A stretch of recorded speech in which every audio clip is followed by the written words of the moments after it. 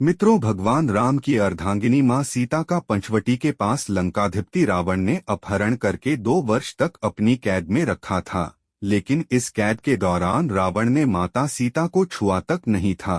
तो ऐसा क्या कारण था कि रावण ने सीता माता को छुआ तक नहीं? क्या माता सीता में सतीत्व की शक्ति थी, या कि रावण डरता था भगवान राम से? कहीं ऐसा तो नहीं कि रावण ने कोई वचन धारण कर रखा हो या वह किसी शाप से बंधा हो। रावण जब सीता के पास विवाह प्रस्ताव लेकर गया तो माता ने घास के एक टुकड़े को अपने और रावण के बीच रखा और कहा, हे रावण, सूरज और किरण की तरह राम सीता अभिन्न हैं। राम व लक्ष्मण की अनुपस्थिति में मेरा अपहरण कर तुमने अपनी कायरता का परिचय और राक्षस जाति के विनाश को आमंत्रित कर दिया है। तुम्हारे को श्री राम जी की शरण में जाना इस विनाश से बचने का एकमात्र उपाय है, अन्यथा लंका का विनाश निश्चित है। सीता माता की इस बात से निराश रावण ने राम को लंका आकर सीता को मुक्त करने को 2 माह की अवधि दी। इसके बाद रावण या तो सीता से विवाह करेगा या उसका अंत। रावण ने सीता को हर तरह के प्रलोभन दिए कि वह उसकी पत्नी बन जाए। यदि वह ऐसा करती है तो वह अपनी सभी पत्नियों को उसकी दासी बना देगा और उसे लंका की राजरानी। लेकिन सीता माता रावण के किसी भी तरह के प्रलोभन में नहीं आई। तब रावण ने सीता को जान से मारने की धमकी दी, लेकिन यह धमकी भी काम नहीं कर पाई। रावण चाहता तो सीता के साथ जोर जबरदस्ती कर सकता था, लेकिन उसने ऐसा नहीं किया। आखिर इसके क्या कारण थे? सीता का अपहरण क्यों किया? रावण ने राम के भाई लक्ष्मण ने रावण की बहन शूर्पणखा की नाक काट दी थी। पंचवटी में लक्ष्मण से अपमानित शूर्पणखा ने अपने भाई रावण से अपनी व्यथा सुनाई और उसके कान भरते कहा, सीता अत्यंत सुंदर है और वह तुम्हारी पत्नी बनने के सर्वथा योग्य है। तब रावण ने अपने मामा मारीच के साथ मिलकर सीता अपहरण की योजना रची। इसके अनुसार मारीच का सोने के हिरण का रूप धारण करके राम व लक्ष्मण को वन में ले जाने और उनकी अनुपस्थिति में रावण द्वारा सीता का अपहरण करने की योजना थी। इस पर जब राम हिरण के पीछे वन में चले गए तब लक्ष्मण सीता के पास थे, लेकिन बहुत देर होने के बाद भी जब राम नहीं आए तो सीता माता को चिंता होने लगी। तब उन्होंने लक्ष्मण को भेजा। राम और लक्ष्मण की अनुपस्थिति में रावण सीता का अपहरण करके ले उड़ा। अपहरण के बाद आकाश मार्ग से जाते समय पक्षीराज जटायु के रोकने पर रावण ने उसके पंख काट दिए। रावण ने सीता को लंका नगरी के अशोक वाटिका में रखा और त्रिष्टा के नेतृत्व में कुछ राक्षसियों को उसकी देखरेख का भार दिया। रावण की मृत्यु का कारण क्यों बनी सीता?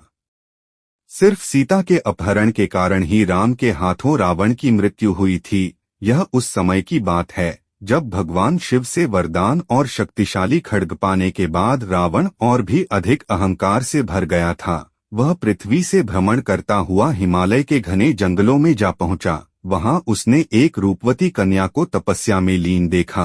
कन्या के रूपरंग के आगे रावण का राक्षसी रूप जाग उठा और उसने उस कन्या की तपस्या भंग करते हुए उसका परिचय जानना चाहा।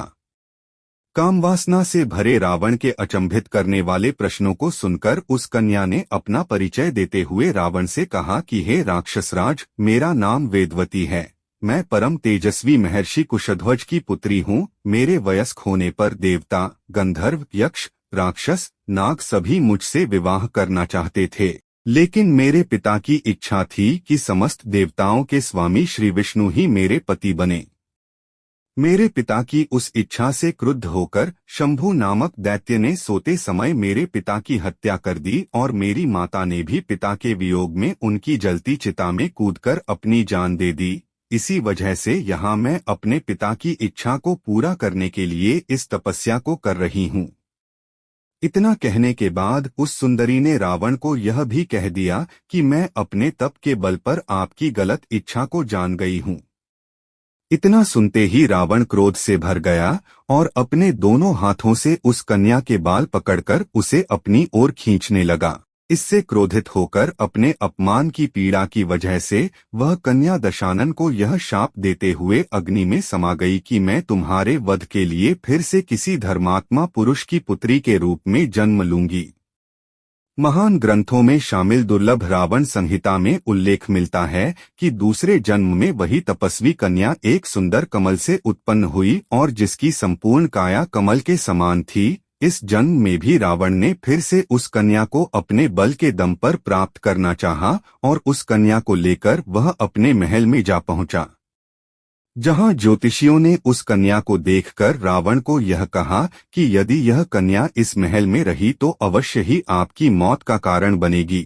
यह सुनकर रावण ने उसे समुद्र में फेंकवा दिया। तब वह कन्या पृथ्वी पर पहुंचकर राजा जनक के हल जोते जाने पर उनकी पुत्री बनकर फिर से प्रकट हुई। मान्यता है कि बिहार स्थिति सीतामढ़ी का पुनौरा गांव वह स्थान है जहां राजा जनक ने हल चलाया था। शास्त्रों के अनुसार कन्या का यही रूप सीता बनकर रामायण में रावण के वध का कारण बना। क्या सीता रावण की बेटी थी? अद्भुत रामायण में उल्लेख है कि रावण कहता है कि जब मैं भूलवश अपनी पुत्री से प्रणय की इच्छा करूं तब वही मेरी मृत्यु का कारण बने। रावण के इस कथन से ज्ञात होता है कि सीता रावण की पुत्री थीं। अद्भुत रामायण में उल्लेख है कि गृत्समद नामक ब्राह्मण लक्ष्मी को पुत्री रूप में पाने की कामना से प्रतिदिन एक कलश में कुश के अग्रभाग से मंत्रोच्चारण के साथ दूध की बूंदें डालता था। एक दिन जब ब्राह्मण कहीं बाहर गया था तब रावण इनकी कुटिया में आया और यहाँ मौजूद ऋषियों को मारकर उनका रक्त कलश में भर लिया। यह कलश लाकर रावण ने मंदोदरी को सौंप दिया।